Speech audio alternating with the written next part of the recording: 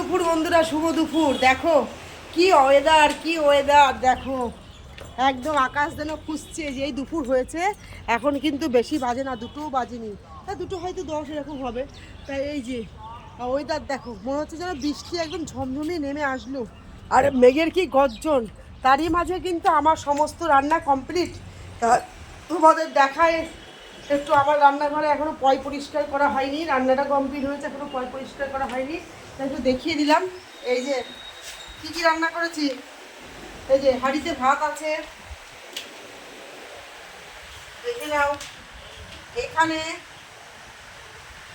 আলু বেগুন কচু বড়ি সবজি তরকারি, আমের চাটনি, এখানে ভাজা ভাজা, এখানে ডাল, ফ্রিজে দই আছে।